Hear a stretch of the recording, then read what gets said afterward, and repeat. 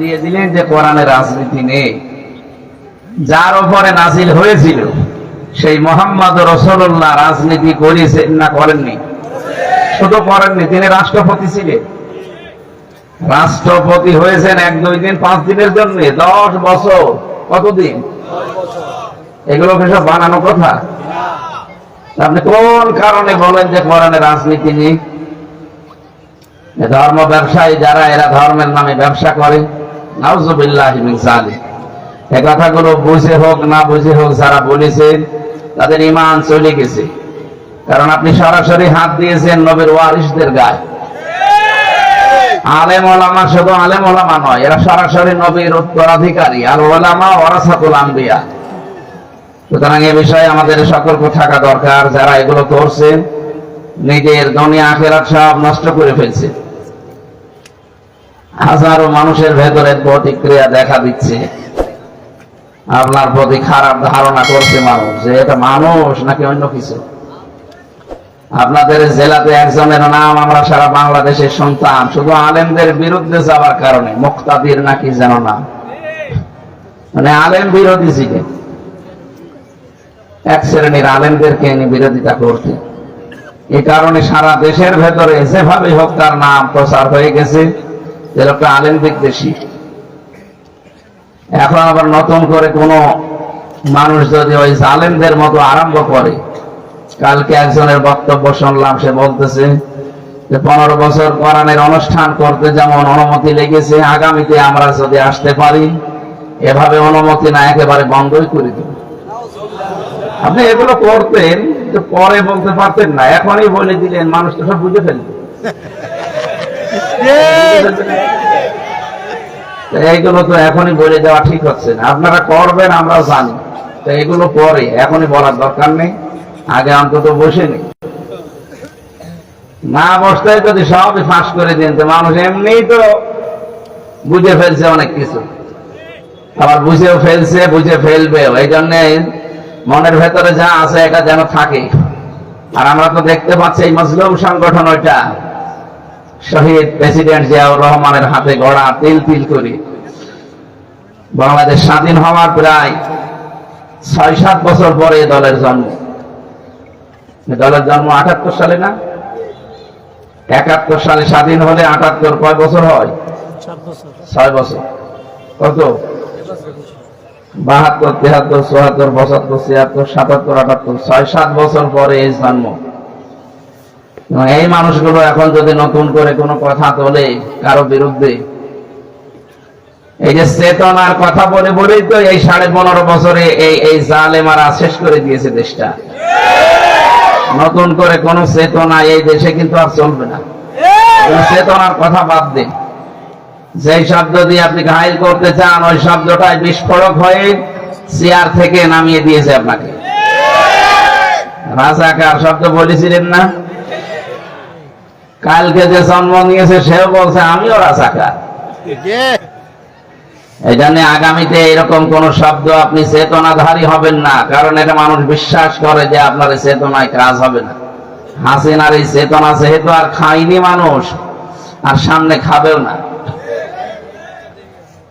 যে মানুষগুলো এরকম আবল তাবল কথা বলছেন আপনারা থামবেন। সবাই এখন জানাচ্ছে যে আপনারা দলের ক্ষতি করার জন্য উঠে পড়ে লেগেছেন। যেই কয়টা কথা বলছে দেখেন সবগুলো বাইরে থেকে এসেছে। একটাও এই মানুষগুলো খোদ ওই দলের সেই বীজ থেকে, চারা থেকে আসে নাই। এই পাশের জেলা কিশোরগঞ্জ না? কিশোরগঞ্জ জেলার ফজলুর রহমান একজন আছে, ছাত্রলীগের সভাপতি ছিল। সেই লোকটা এখন ওখান থেকে তওবা মওবা করে ফিরে এসে দলে যোগ দিয়ে ওই বড় মনে হয় ওই সব হয়ে গেছে। আর এত বেশি চেতনা কোথায় ছিলেন 17 বছর? আপনি কি করেছেন বলেন? আপনার কি আছে অবদান?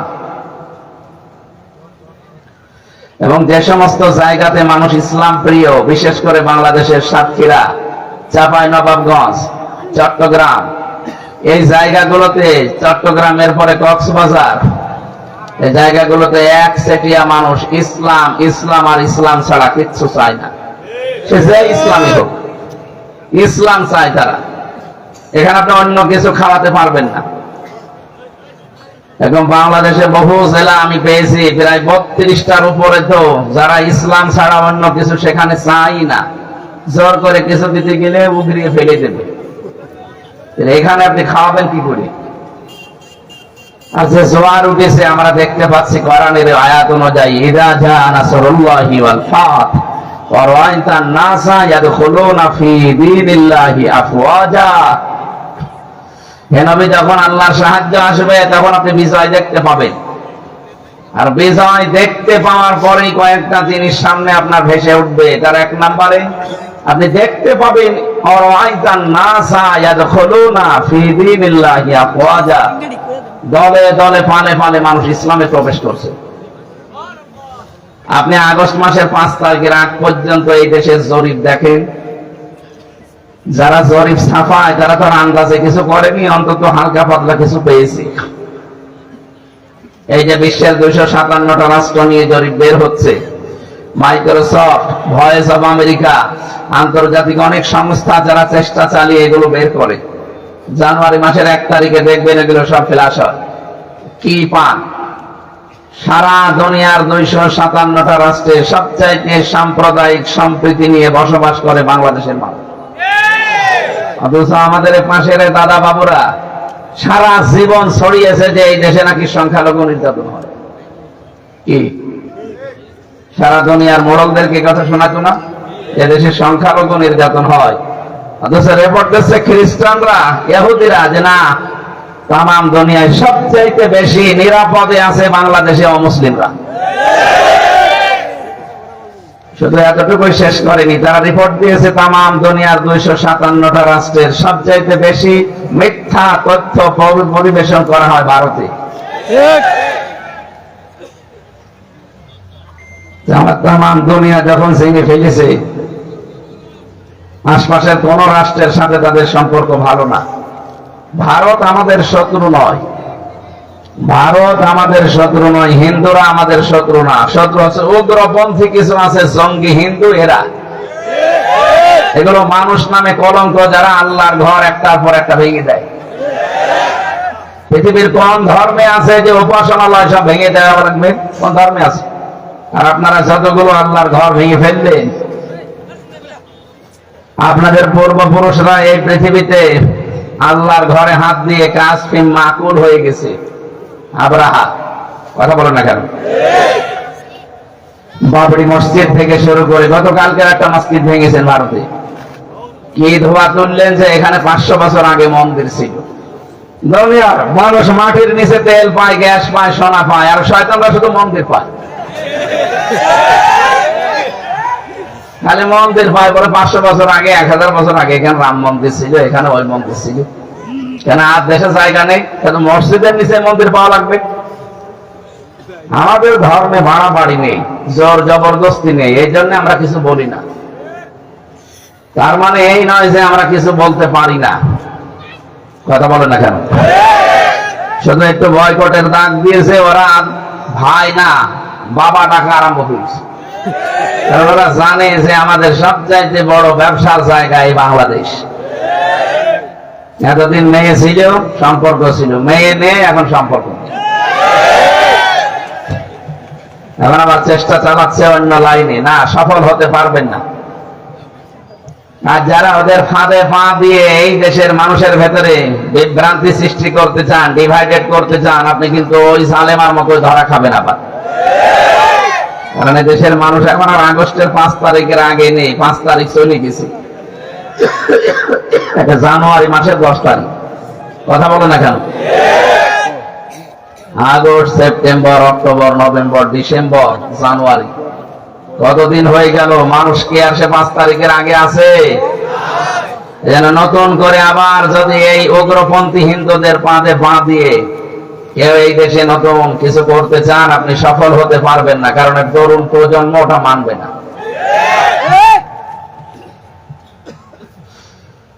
আমার ভাইরা, আমরা যে কথা বলার জন্য পর্যন্ত আসলাম, নেতৃত্ব যারা দিতে চাইবে তাদেরকে প্রথম নাম্বারের কোয়ালিটি অর্জন করতে হবে। তারা জ্ঞানী হবে, আর জ্ঞান যত আল্লাহ সবই কোরআনে কারিমের ভেতরে রেখে দিয়েছেন। আর রহমান আল্লামাল কোরআন খলাকাল ইনসানা আল্লামাহুল বায়ান। আল্লাহ বলেন, আমি যে রহমান, আমার সবচাইতে বড় দয়ার প্রমাণ, আমি তোমাদেরকে কোরআন শিখিয়েছি। এই কোরআনে কারিমের জ্ঞান আমি যাদেরকে দিয়েছি, এটা সবচাইতে বড় দয়ার প্রমাণ। এজন্য কোরআন যারা পেয়েছে, এই মানুষগুলো যেন খুশি হয়। قل بفضل الله وبرحمته فبذلك فليفرحوا هو خير مما يجمعون। হে নবী, আপনি বলুন, তাম দুনিয়া চাপে আনন্দে আছে, আমি আল্লাহর কাছে কিন্তু কোরআন শ্রেষ্ঠ। সুতরাং যারা কোরআন পাবে তারা যেন আনন্দে থাকে, তারা যেন খুশি হয়। এই বাংলাদেশে আমরা কোরআনে কারিম পেয়েছে কারা? প্রশ্ন আসতে পারে, যারা পড়তে পারে যারা না। ভালো করে খেয়াল করে কথাগুলো মিলাবেন। আল্লাযীনা আতাইনাহুমুল কিতাবা ইয়াতলুনাহু হাক্কা তিলাওয়াতি। রব্বুল আলামিন বলেন, যাদেরকে আমি কিতাব দিয়েছি, তার মানে কোরআনে কারিম দিয়েছি।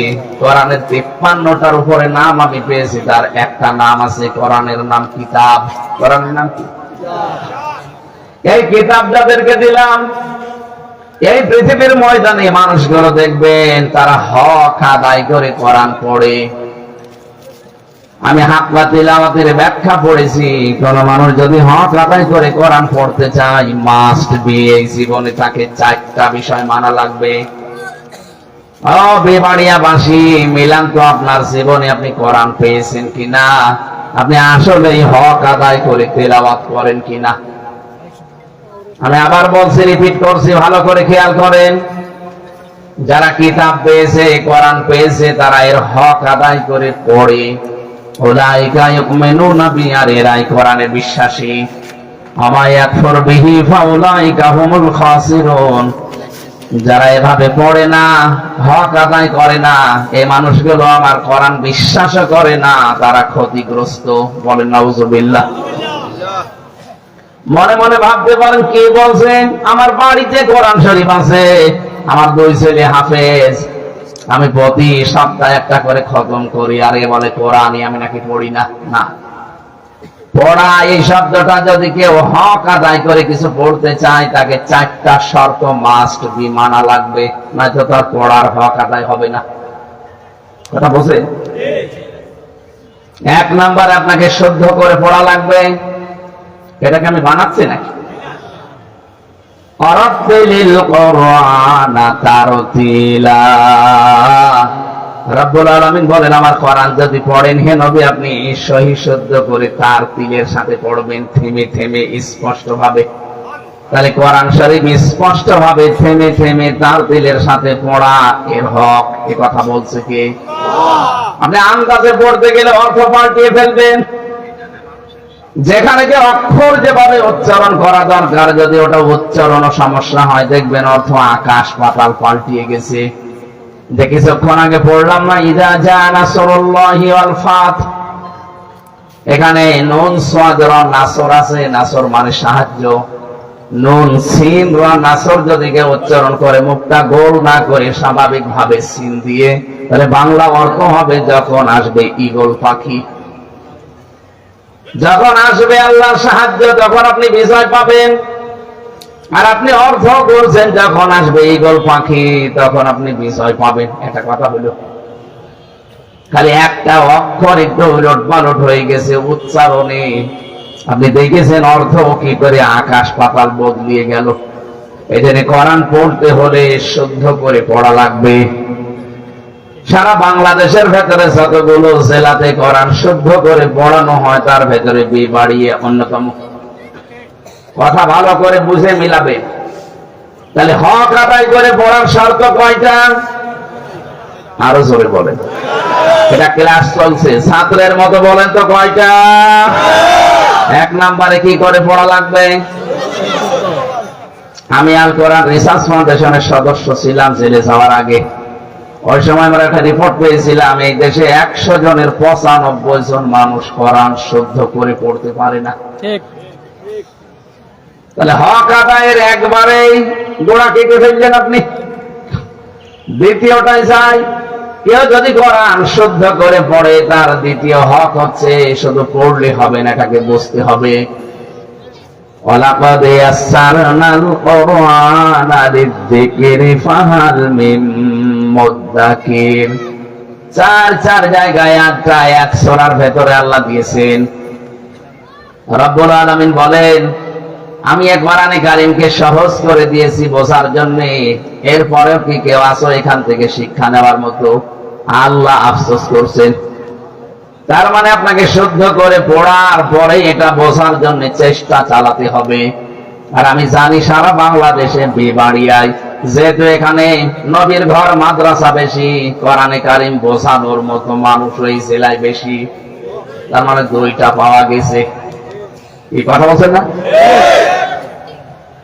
3 নম্বরে, শুধু নিজে বুঝলে হবে না, এটা নিজের প্র্যাকটিক্যাল জীবনে মানতে হবে। কম বেশি এ জেলার মানুষ কোরআনে কারীম মানার ক্ষেত্রে যে দেখি ধরা খেয়ে যায়। কোরআন যদি সত্যি কেউ মানতে চায়, বিশ্বনবীর হাদিস আমি কিছুদিন আগে কসবার যে কি এলাকায় জেনে এসেছিলাম, কালিয়ারা, আগে একটা হাদিসের ব্যাখ্যা করেছিলাম প্রথম অংশের, মান ক্বারাআল কুরআনা ফাস্তাযহারাহু, যে ব্যক্তি কোরআন পড়ে আর কোরআনকে ইজহার করার চেষ্টা করে। ইজহার মানে বিজয় করা, শুধু ইজহার মানে প্রকাশ করা না, স্পষ্ট করা না। ওটা নুন সাকিন আর মিম সাকিনের যে কায়দা আছে ইজহার, ওখানে হয়তো স্পষ্টের অর্থ শেষ। কিন্তু তাফসীরে হাদিসের ব্যাখ্যায় যদি কেউ ইজহার শব্দের ব্যাখ্যা শুধুমাত্র স্পষ্ট করা বলে হবে না, এখন অর্থ আছে। ইজহারের চূড়ান্ত অর্থ হচ্ছে কোরআনে কারীমকে বিজয় করার জন্য চেষ্টা চালাতে হবে। আপনি কোরআন যদি বিজয় দেখতে চান, বিজয় যদি হয়ে যায় কোরআনে কারীম, তাহলে আপনি দেখবেন ফাহাল্লা হালালাহু ওয়া হারামা হারামাহু, এর হালাল বিধানগুলো আপনি হালাল জেনে মানতে পারবেন, আর হারাম বিধানগুলো হারাম জেনে আপনি ছেড়ে দিতে পারবেন। আদখালাহুল্লাহুল জান্নাহ, নবীজি বলেন আল্লাহ তাকে যেন জান্নাতে দিয়ে দিয়েছে। জান্নাতে দেবে না দিয়েছে?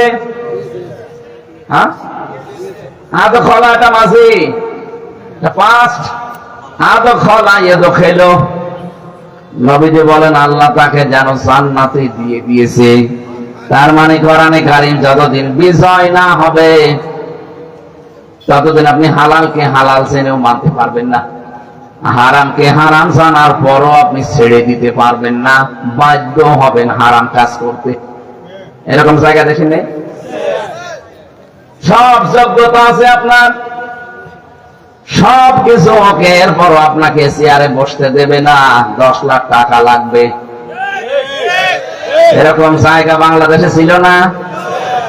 ছিল মানে সব জায়গায়, প্রাইমারি স্কুল থেকে বিশ্ববিদ্যালয় পর্যন্ত, রান্নাঘর থেকে আদালত পর্যন্ত তাকান, সব জায়গাগুলোতে যোগ্যতা থাকার পরও আপনি বসতে পারবেন না, মামা লাগবে।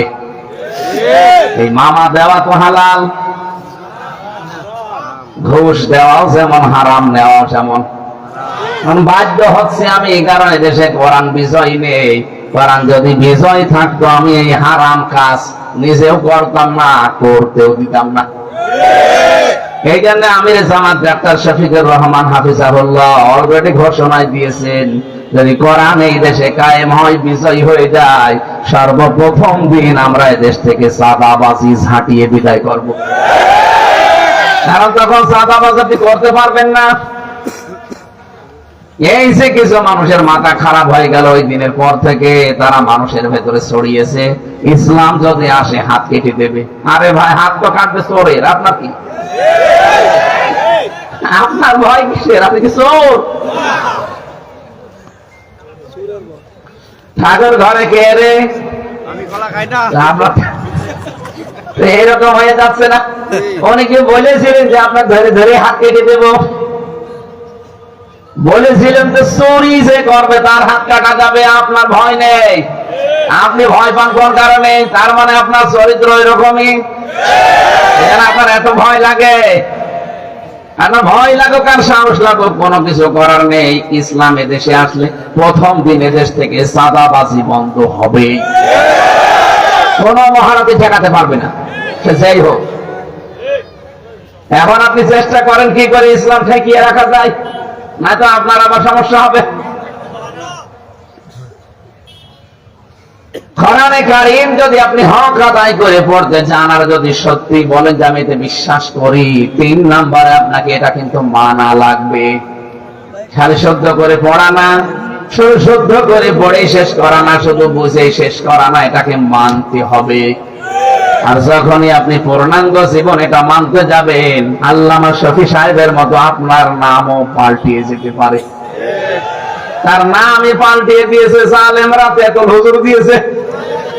অনেকে তেতুল হুজুর, এটা মুরব্বী মানুষ, হাজার হাজার আলেমের উস্তাদ, তার নামটা পাল্টিয়ে দিয়ে দিল। এখন আর আল্লামা আহমেদ শফি অনেকে চেনে না, তেতুল হুজুর বলে চেনে। কেন? যতদিনই কোরআন শুদ্ধ করে পড়েছে সারা জীবন, একটা শত্রু সারা বাংলাদেশে ওনার ছিল না, ওনার কেউ চিনতেও না।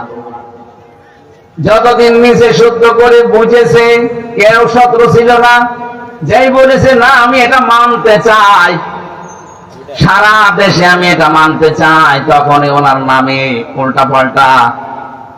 আমার মনে হয় আর কিছুদিন বেঁচে থাকলে ওনার রাজাকারের মামলা খাওয়া লাগতো। আমার নামে যদি ওই মামলা দেওয়ার প্রস্তুতি নিতে পারে, ওনারই যদি তো 1 আর 2। আমি একবারে চট্টগ্রামের ফটিকছড়িতে অনুষ্ঠান ছিল, কুষ্টিয়া থেকে আসতেছি, ওই জেলে যাওয়ার আগে আমার মনে হয় অলরেডি আমি ফেনী তখন পার হয়ে গেছি। ওসি সাহেব কোথা থেকে নাম্বার জোগাড় করে কল দিয়েছে, হ্যালো হুজুর আপনি কোথায়? আমি এই তো ফেনী পার হচ্ছি, আপনি আসবেন না কেন? সকালে 4 জন মানুষ এসেছিল আমার থানায়, বিশাল বিশাল পাগড়ি মাথায় দিয়ে, সবুজ পাগড়ি।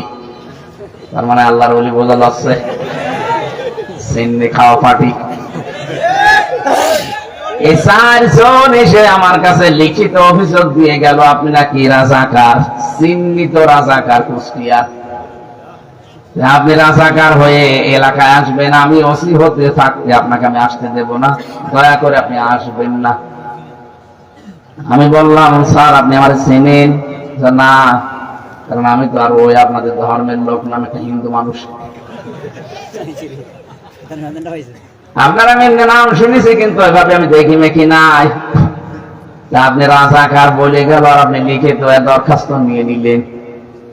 আমার বয়স এখন 33, ওই সময় ছিল 30। 33 বছর বয়স আমার। আমার বাবা ওই সময় হয়েছে কিনা আল্লাহ জানে। হেসে ফেলেছে, বছর হুজুর কি বলেন? যারা দিয়ে গেল ওরা তো মনে হচ্ছে স্বর্গ থেকে এসেছে। এত সুন্দর চেহারা, এত বড় বড় দাড়ি, আর পাগড়ি মাথায় দিয়ে আছে, সবুজ পাগড়ি। আমি তখনই বুঝেছি যে আল্লাহর ওলিরাই হবে। সবুজ পাগড়ি যখন পড়েছে, ওই নজিবুল বছর বয়স ভণ্ডরের দলের লোক। শয়তান শুনলাম মরে গেছে, মরছে। হ্যাঁ আলহামদুলিল্লাহ, মরে গেছে আলহামদুলিল্লাহ, আরো আগে মরার দরকার ছিল। এই শয়তান আর এই কুমিল্লার এলাকায়, চাঁদপুরের এলাকার একজন রেজাউল হক চাঁদপুরি, মাঝভান্ডারি, এই 2 শয়তান মিলে কোরআনের পাখি শহীদ আল্লামা দেলাওয়ার হোসাইন সাইদি রহমতুল্লাহ আলাইহি তার নামে মামলা দিয়েছিল। তারা নাকি ধর্মীয় অনুভূতিতে আঘাত দিয়েছে।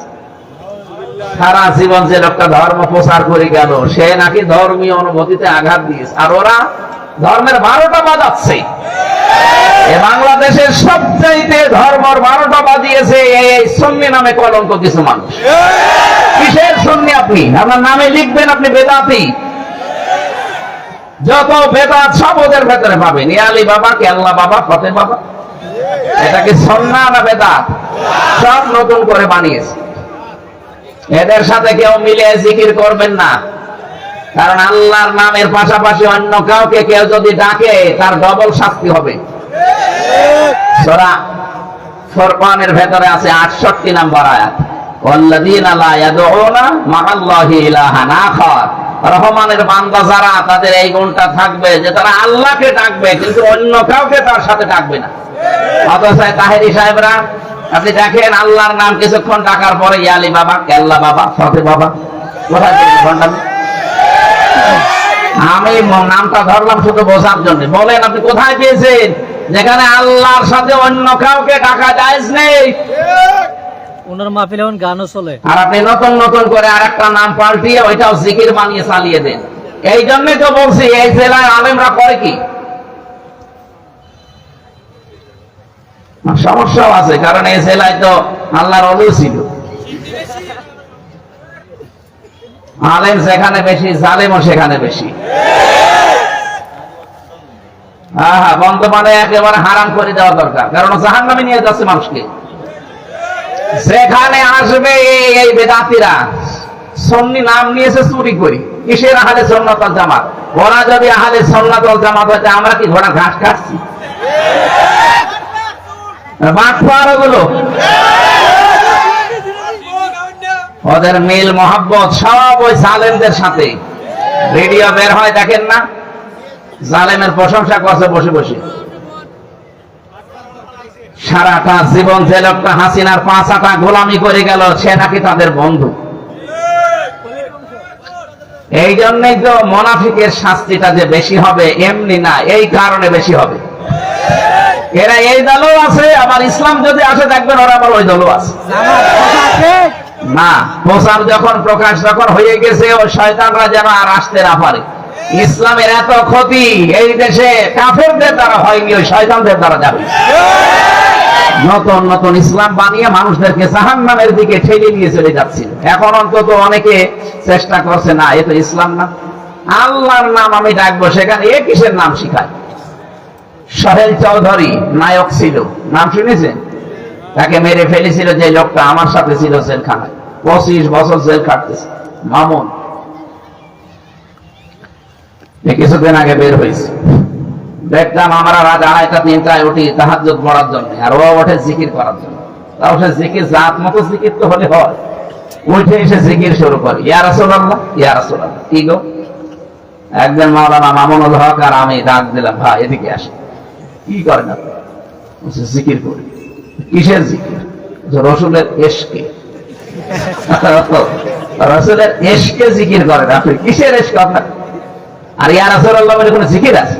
না, সবুজ পাগড়ি মাথায় দেওয়া একজন এসেছিল জেলখানায়, সেই লোকটার সাথে আমি ছিলাম।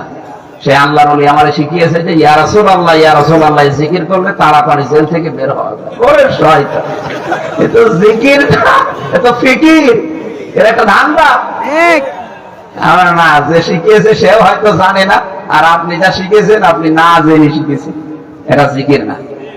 মানে যদি জিকির শিখতে চান, একটা ইবাদত এটা। জিকির কিন্তু খেলাধুলা জিনিস না, জিকির কি? আর শয়তানরা নাচানাচি করে জিকিরটার 12টা বাজিয়ে দিয়েছে। জিকির একটা ইবাদত। বলেন তো, একটা ইবাদত যদি হয় তার নির্ধারিত একটা সিস্টেম থাকবে না? নামাজ যেমন একটা ইবাদত, নামাজ আন্দাজে যেরকম পড়লে হবে, তার একটা সিস্টেম নেই। নামাজের আগে 13টা ফরজ আছে, কয়টা? নামাজের ভেতরে বাইরে মিলে 13টা ফরজ। 13টা ফরজের 1 নাম্বার ফরজ আছে শরীর পাক, কাপড় পাক। এগুলো আছে না? শরীর পাক বলতে আমরা কি বুঝি? শরীর মানে শুধু সাথে হাত, বডি, এটা নাই। গোসল করলে, ওযু করলে সাবান সোডা দিয়ে আপনি পরিষ্কার করে ফেললেন, পাক পবিত্র হয়ে গেল। কিন্তু শরীর তো শুধু এতটুকু না। আমার পরিবার একটা শরীর, আমার সমাজ একটা শরীর, এই বিশ্বটা একটা শরীর।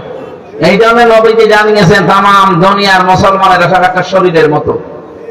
কোন জায়গায় যদি একটু কষ্ট হয়, সারা দুনিয়ার মানুষ যেন টের পায় যে হ্যাঁ অমুক জায়গায় আঘাত লেগেছে। আমার চোখে ব্যথা হলে পুরা শরীর কাটায় না? পুরা শরীর টের পেয়ে যায় না যে না অমুক জায়গায় ব্যথা? তামাম দুনিয়ার সব জায়গায় কোন মুসলমান যদি বিপদে পড়ে, অবশ্যই অবশ্যই আপনার এই 220 কোটি 210 কোটি মুসলমান আছে, সবার ভেতরে একটা কষ্ট আসবে। আর যদি না আসে, বুঝবেন যে এটা মুসলমান না। মুসলমানের যদি কিছু হয়, অবশ্যই অনেক মুসলমানের কষ্ট হবে। আর যদি ওর কিছু হওয়ার পরে আপনার ভেতরে কোনো প্রতিক্রিয়া না আসে, বুঝবেন যে না, ও মুসলমান না, ও মুসলমানের শত্রু। বলেন তো, শরীর পাক এই শব্দ শোনার পরে আপনি গোসল করে ওযু করার পরে সাবান শ্যাম্পু দিয়ে একেবারে পাক পবিত্র হয়ে চলে গেলেন মসজিদে। এখান থেকে কসবাজ এই মসজিদ আছে, এই মসজিদে যাবার সময় দেখলেন যে রাস্তার মাঝে একজন শাবনূর দাঁড়িয়ে আছে। কে? এটা আল্লাহর ওলি। এখন ওরে আপনি দেখার পরে দেখলেন নাউজুবিল্লাহ আস্তাগফিরুল্লাহ, চলে গেলেন মসজিদে। নামাজে দাঁড়িয়ে তেলাওয়াত করছেন আলহামদুলিল্লাহি রাব্বিল আলামিন। আর মাঝে মাঝে আপনার মনে হবে আমি কি দেখলাম, আমি কি বেশি বললাম? এটা মনে হবে কিনা বলেন তো? তাহলে এখন কি আপনি শাবনূরকে মেরে ফেলবেন? কি করবেন? তাকে পবিত্র করা লাগবে না? কি দিয়ে পবিত্র করবেন? পানি ঢেলে দেবেন না, তাকে পবিত্র করার জন্য বোরকা লাগবে। হ্যাঁ, কথা বলবেন না কেন? এখন এই বোরকা দেওয়ার দায়িত্ব কি আমার নাকি ওর স্বামীর, ওর বাবার, ওর বড় ভাই? কথা বলছেন কেন? সর্বোপরি রাষ্ট্রের যিনি দায়িত্বে আছে তার। এই জন্য তো আমরা এত পাগল হয়ে যাই। এই দেশে এমন কিছু বিধান আছে যেটা ওয়াজের মাধ্যমে হবে না, হামসা কিয়ামত পর্যন্ত ওয়াজ করলেও সম্ভব না, এটার জন্য আইন লাগবে। এই দেশের 300 এমপির ভেতরে 151 জন এমপি যদি মুফতি আমিনের মতো হয়ে যায়, 300 এমপির ভেতরে 151 জন এমপি যদি এই যে আমাদের জামাতের আমির ডাক্তার শফিকুর রহমানের মতো হয়ে যায়, যারা কোরআনে কারিম বুকের ভেতরে নিয়ে সংসদে ঢুকবে, প্রথম দিনে যদি আইন পাশ করতে পারে যে মাননীয় স্পিকার আমরা পর্দার আইন চাই, হিজাব ছাড়া কেউ বাইরে যেতে পারবে না, উনি যদি বলে কারা কারা চান হাত তোলেন, 151 জন যদি হাত তোলে, বলবে হ্যাঁ জয়যুক্ত হয়েছে, হ্যাঁ জয়যুক্ত হয়েছে, এটা আজকে থেকে পাশ হয়ে গেল, কালকে থেকে কোন সকিনারে আর বেপরদায় পাওয়া যাবে না।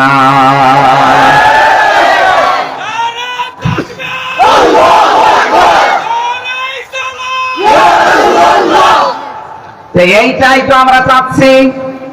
আপনি যে আন্দাজে নাম বলেন যে এরা ধর্ম ব্যবসায়ী, ধর্মকে পুঁজি করে এরা ক্ষমতায় যেতে চায় না, আপনি আন্দাজে ভুল বুঝেছেন। কিয়ামত পর্যন্ত যদি ক্ষমতায় যেতে নাও পারি তাও চরম পন্থা অবলম্বন করবো না। কিন্তু আমরা চাই যেভাবে সিস্টেম আছে সে আমরা আল্লাহর এই বিধানটা কায়েম করতে চাই। আর এই জন্যই তো এই মানুষগুলোকে পাঠাতে হবে কোরআন বুকে নিয়ে যারা ঢুকতে পারে। এমন মানুষকে পাঠানো যাবে না যে লোকটা ঢুকেছে এই লাল পানি খেতে খেতে। এমন মানুষ দেশে ছিল না? যারা মদের ব্যবসা করে, বাবার ব্যবসা করে। এই যে টেকনাফে একজন দায়িত্বে ছিল বদি, ও ইয়াবা সম্রাট ছিল, ইয়াবা সম্রাট।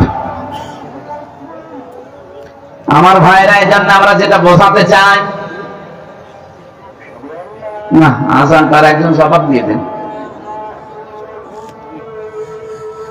সুবহানাল্লাহ আলহামদুলিল্লাহ, মনে মনে জিকির করেন আর একজন জবাব দেন।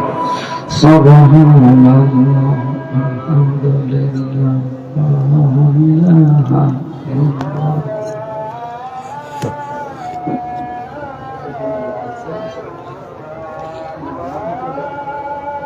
ঠিক আছে।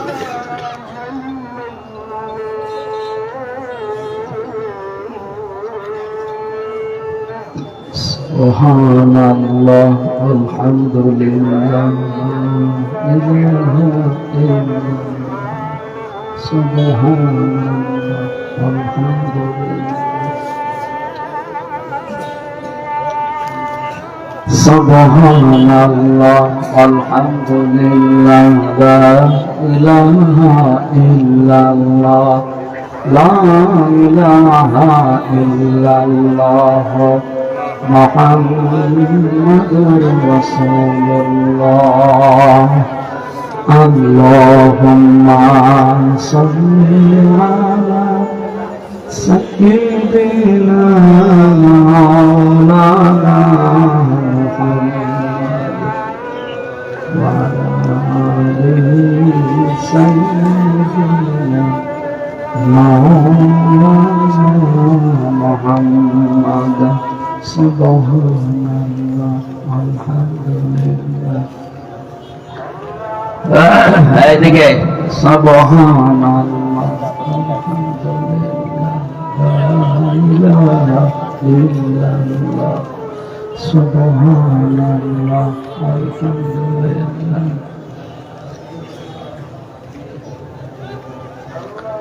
سبحان الله الحمد لله لا إله إلا الله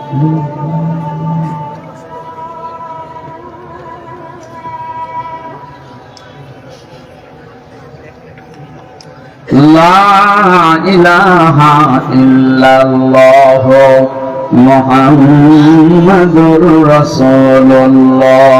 দরুদ শরীফ পড়েন। আল্লাহুম্মা সাল্লি আলা সাইয়্যিদিনা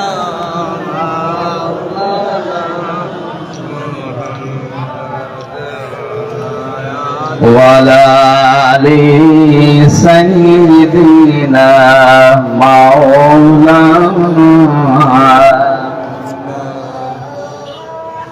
সুবহানাল্লাহ ওয়ালহামদুলিল্লাহ লা ইলাহা ইল্লাল্লাহ লা ইলাহা ইল্লাল্লাহ মুহাম্মাদুর রাসূলুল্লাহ।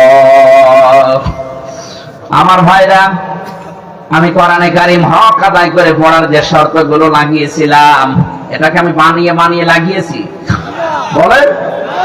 শুদ্ধ করে পড়তে হবে, 2 নম্বরে বসতে হবে, 3 নম্বরে আপনাকে এটা মানতে হবে।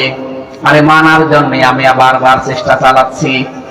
এই দেশে যারা একামতে দিনের দায়িত্ব পালন করে মন থেকে, আমি আবার বলছি, যারা মন থেকে একামতে দিনের দায়িত্ব পালন করে লোক দেখানোর জন্য না, আপনি দেখবেন এই মানুষগুলো এইটাই চায় যে আমি কি করে কোরআনের বিধান মানতে পারি। এমন একটা পরিবার, এমন একটা সমাজ, এমন একটা রাষ্ট্র আমরা তৈরি করতে চাই যেখানে কোরআনের বিধান মানা যায়। এটা যদি কেউ রাজনীতি মনে করেন, হয় এটাই আমার রাজনীতি। আমি তো চাই দেশের 18 কোটি মানুষ আল্লাহর বিধানগুলো মেনে চলুক। আমি নিজে শুধু মেনে চলবো না, আমি এটা মানতে চাই এবং মানাতে চাই।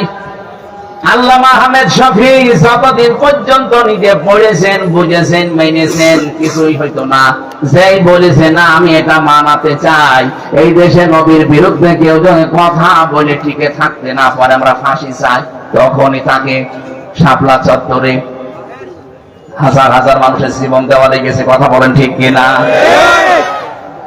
আল্লামা দেলাওয়ার হোসাইন সাইদি সহ যত মানুষ এই দেশ থেকে অন্তত এই ফ্যাসিস্ট সরকারের আজমে বিদায় নিল, আপনি বলেন তো তারা যদি সারা জীবন কোরআন পড়তো, কোরআন বুঝতো, নিজেরা যতটুকু আছে মানতো, কিচ্ছু হইতো না তাদের। বলেন।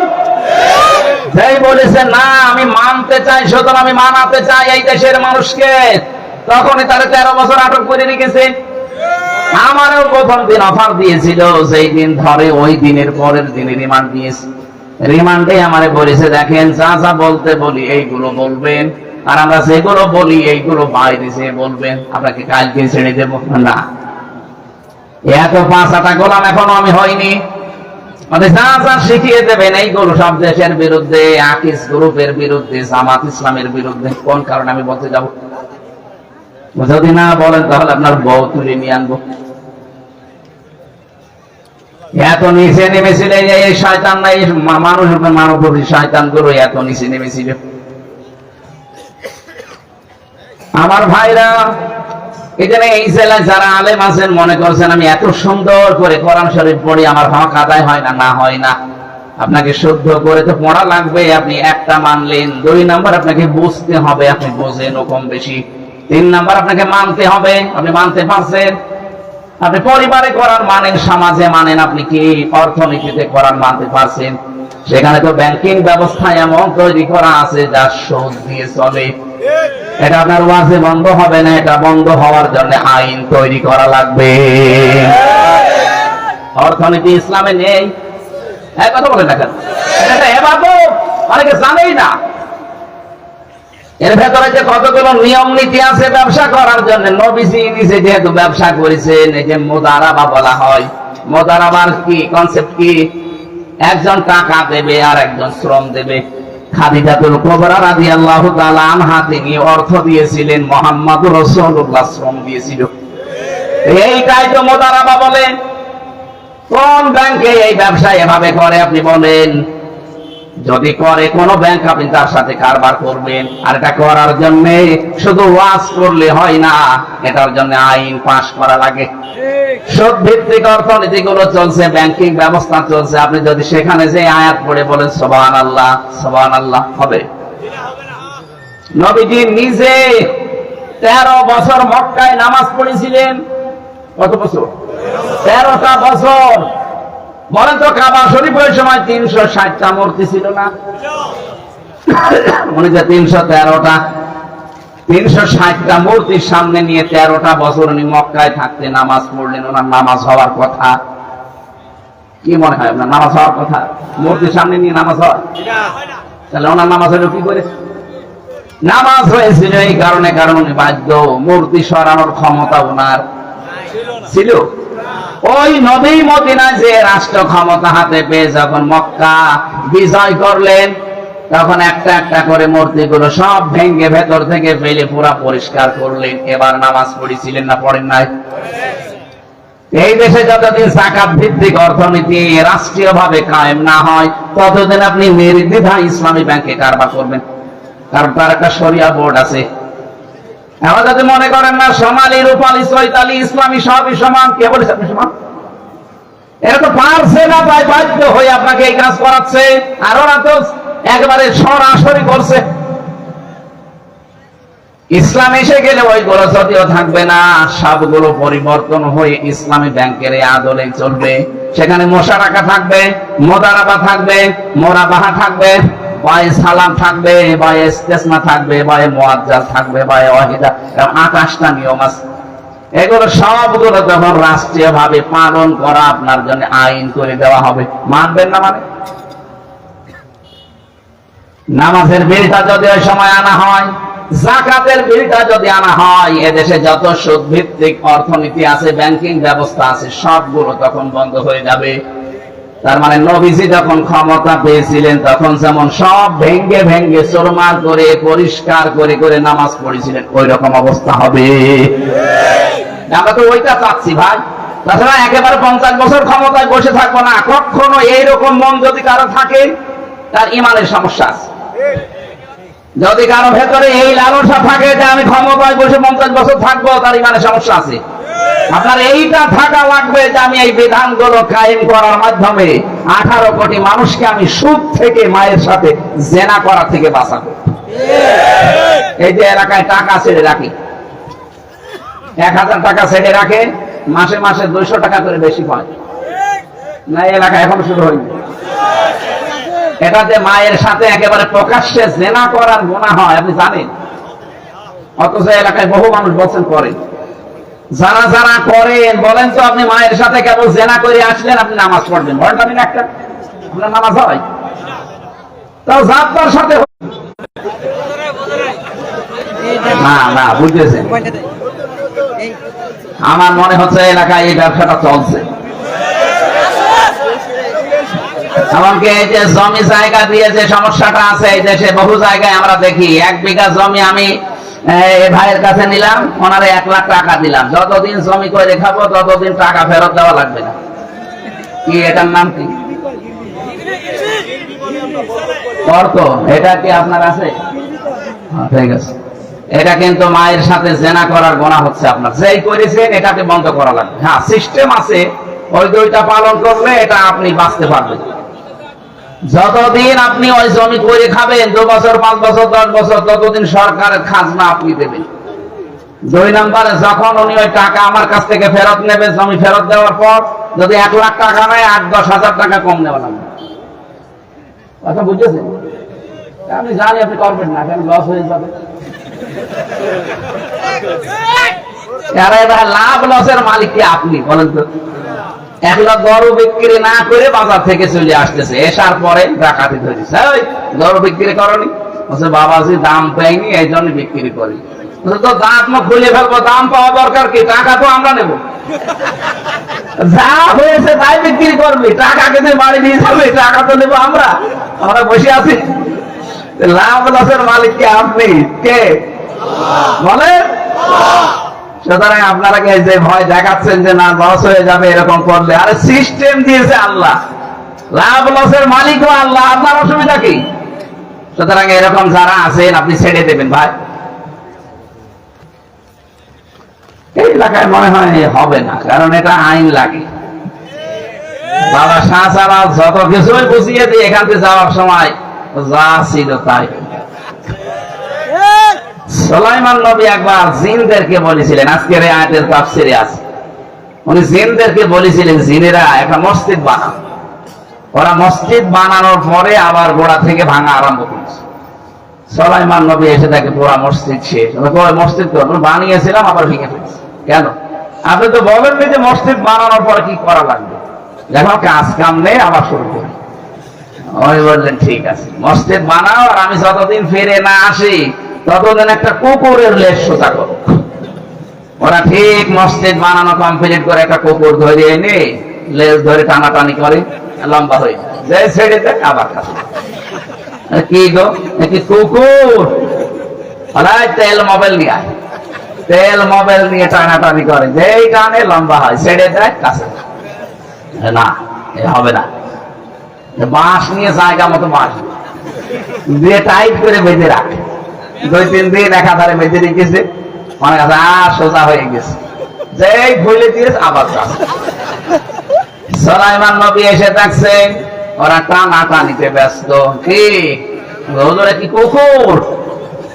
এটা ডিজিটাল কুকুর, এত বই আমরা টানাটানি করি, মনে হয় যে লম্বা হয়ে গেল, যাই ছেড়ে দে আবার যাচ্ছি।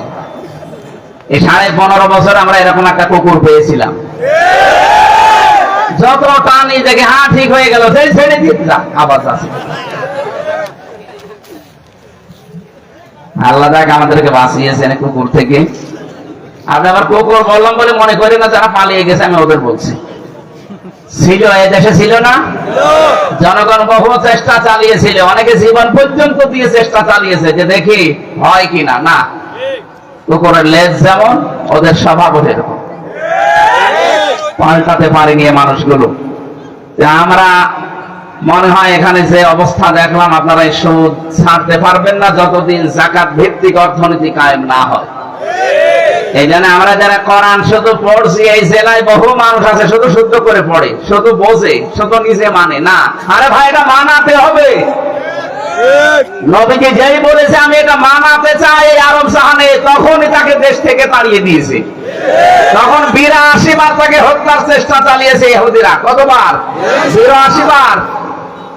এখানে আমাদের দেশে আমরা যারা সত্যিকার অর্থে কোরআন শুদ্ধ করে পড়ি, যারা বুঝি, যারা নিজেরা মানি, আর যারা বলি না আমি একা মানবো না আমি মানাতে চাই, তখনই তাদের নামে উল্টাপাল্টা কথা আমরা জারি হতে দেখি। যত কিছু জারি করেন না কেন, এই দেশে আমরা কোরআন শুধু নিজে মানবো না, আমরা মানাতে চাই। কথা বলেন না কেন? এখন আমরা দেখতে চাই যে 56,000 বর্গ মাইল আল্লাহর কালাম দিয়ে চলছে। আর এটা সামনে আমার মনে হচ্ছে যে সম্ভব। আজকে আমি বিমানবন্দরে, ওরা হেলিকপ্টারে আমার নিয়েছিল ফরিদপুরে, ওখান থেকে এখানে নামিয়ে দিয়ে গেল। যাওয়ার সময় পাইলট আমারে বলছি, যদি দৃশ্য সারা দেশেই তো ঘুরছি, যা দেখছি ইসলামের একটা গণজোয়ার আরম্ভ হয়েছে, মানুষের ভেতরে যে প্রতিক্রিয়া দেখছি, এবং আমরা রিপোর্ট গুলো আন্তর্জাতিক রিপোর্ট আমরা দেখি। আগস্টের 5 তারিখের আগে মাত্র 100 জনের 15 জন মানুষ চাইতো এদেশে কোরআনের বিধান কায়েম হোক, আল্লাহর বিধান দিয়ে দেশটা চলুক। মাত্র 100 জনের কয়জন? অথচ এই যে এই জানুয়ারি 1 তারিখে একটা রিপোর্ট পেয়েছে, উনি বললো যে আমরা দেখতে পেলাম এই দেশে এখন 100 জনের 58 জন মানুষ চাচ্ছে ইসলাম এদেশে কায়েম হোক। কারণ এদেশের মানুষ হিন্দু, বৌদ্ধ, খ্রিস্টান, মুসলমান সব বুঝে ফেলেছে যে বহু কিছু দেখলাম, ইসলাম ছাড়া শান্তি কোনো জায়গায় নেই। যারা অন্তত ইসলাম একটু মেনে চলে তাদের কাছে দেশটা নিরাপদ। উনি আমার 2 জনের নামও বললো, মাওলানা মতিয়ার রহমান নিজামী, আলিয়া হাসান মোহাম্মদ মুজাহিদ। বলছে এই 2 জন ইসলামী মাইন্ডেড ছিল, অথচ উনি মুসলমান না। ওই লোকটা মুসলমান না, হিন্দু মানুষ। আজকে যিনি নিয়ে এসেছিল পাইলট, মুসলমানও না। উনি বলছে আমরা তো দেখতে পাচ্ছি এই দুইজন মানুষকেও তো আমরা দেখেছিলাম, এরা ইসলাম মেনে চলতো, এই জন্য এদের একটা টাকা দুর্নীতি পাওয়া যায়। পৃথিবীর ইতিহাস এরা পাল্টিয়ে দিয়েছে। কি গো, এত বড় মন্ত্রী, কৃষি মন্ত্রীর দায়িত্বে ছিল, শিল্প মন্ত্রীর দায়িত্বে ছিল, সমাজ কল্যাণ মন্ত্রীর দায়িত্বে ছিল। এই আপনাদের এই জেলায় একজন ছিল না সমাজ কল্যাণ মন্ত্রী, মারা গেছে মনে হয়, নাকি পাশের জেলা মহাসেন নাকি জেলা?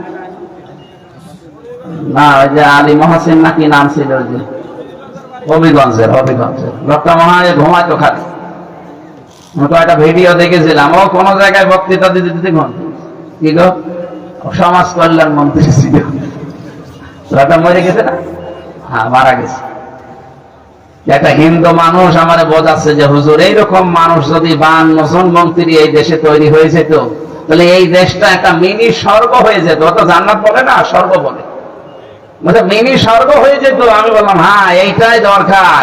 এই দেশে শুধু 300 জন এমপির ভেতরে 151 জন এরকম তৈরি হোক, তাদের 620টা বাড়ি হবে না, তাদের একটা বাড়ি। আমি পাবনায় গিয়েছিলাম, মৌলানা মতিউর রহমান নিজামী সাহেবের বাড়ি, একজন মন্ত্রী, কয়েকবারের এমপি, তার বাড়ি এখনো টিন উপরে, নিচে চাটাই দেওয়া আর মাটির দেওয়া। আর আমরা শুধু মেম্বার হতে দেরি। মানুষ এমন সব বুঝে ফেলেছে ভাই। তারা হিন্দুরাও বলছে যে না, এদেশে ইসলাম ছাড়া শান্তি পাওয়ার কোন রাস্তা নেই। আমাদের দেখেন সেদিন আমিরা জামাত ডক্টর শফিকুর রহমান খুলনা গিয়েছিল, খুলনা কয়রা, ওখানে একজন হিন্দু নেতা সে এসে বলছে দেখেন যা দেখলাম, যা বুঝলাম এই দেশে, ওটা আল্লাহ বলতে পারে না, একেবারে বলছে উপরওয়ালার বিধান ছাড়া শান্তি হবে না। তারা বুঝে ফেলছে আর আপনি এখনো বোঝেন না, মানে নাকি না বোঝার ভান করে আছেন? এই ভান বাদ দেন, ভান বাদ দেন। এখন সময় চলে এসেছে, যেহেতু এই কয়েক মাসে 15 থেকে 58 হয়ে গেছে, আর কিছুদিন যেতে দেন। ইসলামের যে জোয়ার সৃষ্টি হয়েছে, 100 জনের 100 জন মানুষ বলতে বাধ্য হবে যে আমরা ইসলামে দেশে চাই। মানুষ যখন ভিকটিম হয়ে যায় তখন তার দিক দেওয়া ঠিক থাকে না। আমি নিজে ছিলাম তো, নিজে বুঝেছি। ভালো মানুষ ধরে নিয়েছে আপনি টাকা চাবেন, আমারে নিয়েছে বলছে 10 লাখ টাকা দেন, নাই তো 50টা মামলা দেন। মনে হচ্ছে টাকা আমার বাবার কাছে পাই, সে টাকা পাচ্ছে। আগস্টের 5 তারিখের পরও আমরা দেখলাম অনেকে চাঁদাবাজি করতে, মনে হচ্ছে টাকাও পায়, যে বলছে দেন। আরে ভাই, চাঁদাবাজি না করে আমিরে জামাত বলে না যে ভিক্ষা করে খাবেন। আপনি মানুষ চাঁদাবাজি করেন, দেখা তো এত খারাপ না।